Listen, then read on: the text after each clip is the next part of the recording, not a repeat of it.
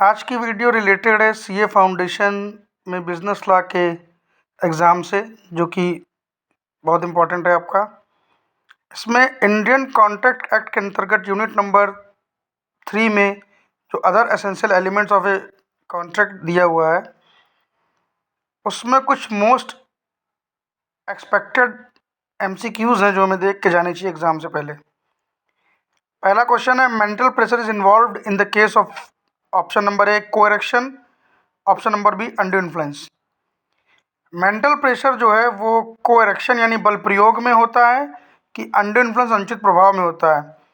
तो इसका आंसर है option number B, undue influence. क्योंकि अनड्यू इन्फ्लुएंस में क्या होता है, एक व्यक्ति दूसरे व्यक्ति की इच्छाओं का दमन करने में सक्षम होता है अपने रिश्तों की वजह से, जैसे पिता पुत्र, गुरु शिष्य। तो undue influence is a case where one of the party is in a position to dominate the will of the other due to their relations since mental pressure is involved in undue influence. तो undue influence जो है mental pressure उसमें होता है, ठीक है।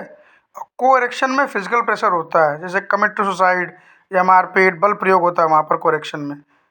Undue influence अनुचित प्रभाव में आपका मेंटल प्रेशर होता है, ठीक है। सेकंड एमसीक्यू आपका है, ये भी बहुत इंपॉर्टेंट एमसीक्यू है। इसमें देखिए क्या पूछ रहा है, which of the following statement is true. कौन सा स्टेटमेंट सही है। पहला ऑप्शन है, silence always amount to fraud. Silence मतलब मौन रहना हमेशा ही फ्रॉड माना जाएगा। Option B, undue influence involve use of physical pressure. Undue influence अनुचित प्रभाव में फिजिकल प्रेशर रहता है यानी मारपीट इत्यादि होती है। Option C, a threat to commit suicide does not amount to coercion. कह रहे हैं कि आत्महत्या की धमकी देना बल प्रयोग नहीं है, ये ऑप्शन सी है। ऑप्शन डी क्या है, ignorance of law is no excuse, यानी ज्ञान का अभाव, अज्ञानता जो है उसकी कोई छूट नहीं होती। तो इसमें ऑप्शन डी करेक्ट ऑप्शन है, क्योंकि देखिए पहला जो ऑप्शन है silence always amount to fraud, ये गलत है, क्योंकि silence does not always amount to fraud. उसके भी कुछ निश्चित कंडीशन होती है जब साइलेंस को फ्रॉड माना जाता है। और अनड्यू इन्फ्लुएंस में फिजिकल प्रेशर नहीं होता है, undue influence involve mental pressure, not any physical pressure. A threat to commit suicide amount to coercion, आत्महत्या की धमकी देना बल प्रयोग माना जाता है। तो जो आखिरी ऑप्शन है, ignorance of law is no excuse, यही आपका करेक्ट ऑप्शन है इस पे। तो ध्यान दीजिएगा, इसमें option number D correct option है, ठीक है। तो दो एमसीक्यू आपके होगा, बहुत इंपॉर्टेंट है ये, जो एग्जाम में एक्सपेक्टेड है। फिर तीसरा एमसीक्यू देखिए, ये एक बहुत ही अच्छा एमसीक्यू है, इसको देखिए। Anil paid ₹5,000 to a government servant Mukesh to get him a contract for canteen. Anil ने 5,000 रुपये सरकारी कर्मचारी मुकेश को दिए कैंटीन का ठेका प्राप्त करने के लिए। Mukesh could not get the contract, Mukesh ठेका नहीं दिलवा पाए। Can Anil recover 5,000 from Mukesh, क्या अनिल मुकेश से 5,000 रुपये वापस ले सकते हैं। तो ऑप्शन ए देखिए, वो नहीं ले सकते, no the agreement is oppose to public policy. Option B, no the agreement falls under section 23 and hence illegal. इसमें ऑप्शन नंबर बी जो है वो करेक्ट है, क्योंकि ये केस फॉल हो रहा है सेक्शन 23 में, जिसमें trafficking relating to public office due to the reason interfere with the appointment of best person to the service qualified suitably. मतलब समझिए, देखिए वो घूस दे रहे हैं, घूस दे के कैंटीन का ठेका अपने हाथों में लेना चाह रहे हैं। तो ये धारा 23 के अंतर्गत क्या है कि पब्लिक ऑफिस में हम इंटरफियर कर रहे हैं इसलिए कि सीट या अपॉइंटमेंट हमको मिल जाए। तो उसमें इंटरफेयर क्या है कि जो बेस्ट क्वालिफाइड पर्सन है उसकी बजाय हमें वो चीज़ मिल जाए, हमें वो सीट मिल जाए, हमें वो नौकरी मिल जाए। तो उसके लिए जो हम काम कर रहे हैं तो वो हमारा सेक्शन 23 के अंतर्गत trafficking relating to public office माना जाएगा। यही इसका मोस्ट सुटेबल आंसर है, क्योंकि ऑप्शन नंबर ए में भी अपोज टू पब्लिक पॉलिसी है, ऑप्शन नंबर बी भी इलीगल और अपोज टू पब्लिक पॉलिसी, लेकिन ऑप्शन नंबर बी जो इसका अंडर सेक्शन 23 वही इसका सबसे सुटेबल आंसर है। तो hence Anil can not recover ₹5,000 from Mukesh since the agreement fall under section 23 and hence illegal. तो आपके 3 ये एमसीक्यू हो गए, बहुत ही इंपॉर्टेंट एमसीक्यू है ये।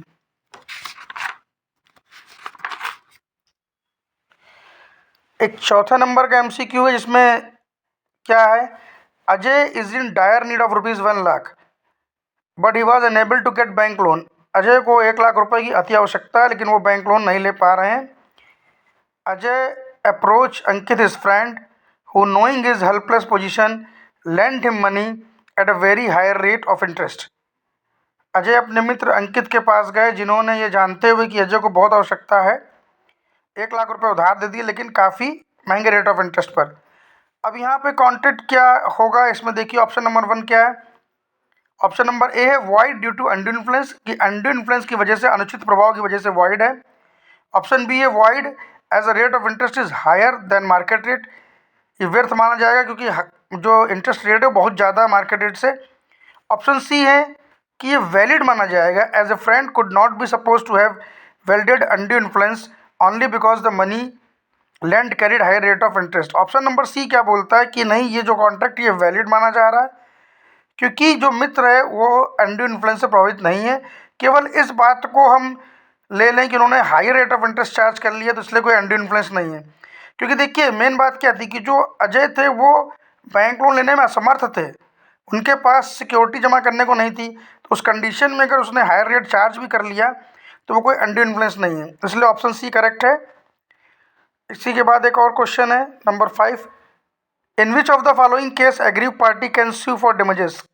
इनमें से किस केस में जो असंतुष्ट पार्टी है वो डैमेज के लिए मुकदमा कर सकती है, मिस्टेक में कि फ्रॉड में कि अंडर इन्फ्लुएंस में कि मिस रिप्रेजेंटेशन में।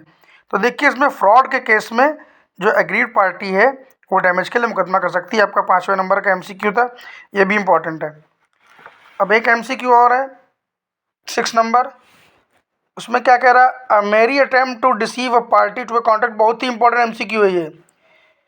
अ mere attempt to deceive a party to a contract, number A is fraud even though the party is not deceived, number B is not fraud unless the party is actually deceived। इसका मतलब समझिए, वो ये कह रहा है कि धोखा देने का प्रयास, केवल धोखा देने का प्रयास जो है किसी पार्टी को, क्या वह फ्रॉड मान लिया जाएगा भले ही पार्टी ने धोखा खाया हो, क्या वह फ्रॉड नहीं माना जाएगा जब तक कि पार्टी ने धोखा ना खाया हो।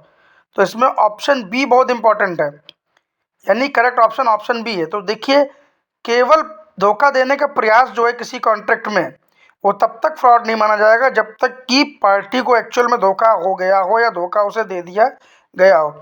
तो mere attempt to deceive a party to a contract is not fraud unless the party is deceived, actually deceived. बहुत इंपॉर्टेंट है ये MCQ, इसमें गलती करने की संभावना ज़्यादा है, बहुत ध्यान से करेंगे। अब एक लास्ट MCQ और देखते हैं हम लोग इस यूनिट का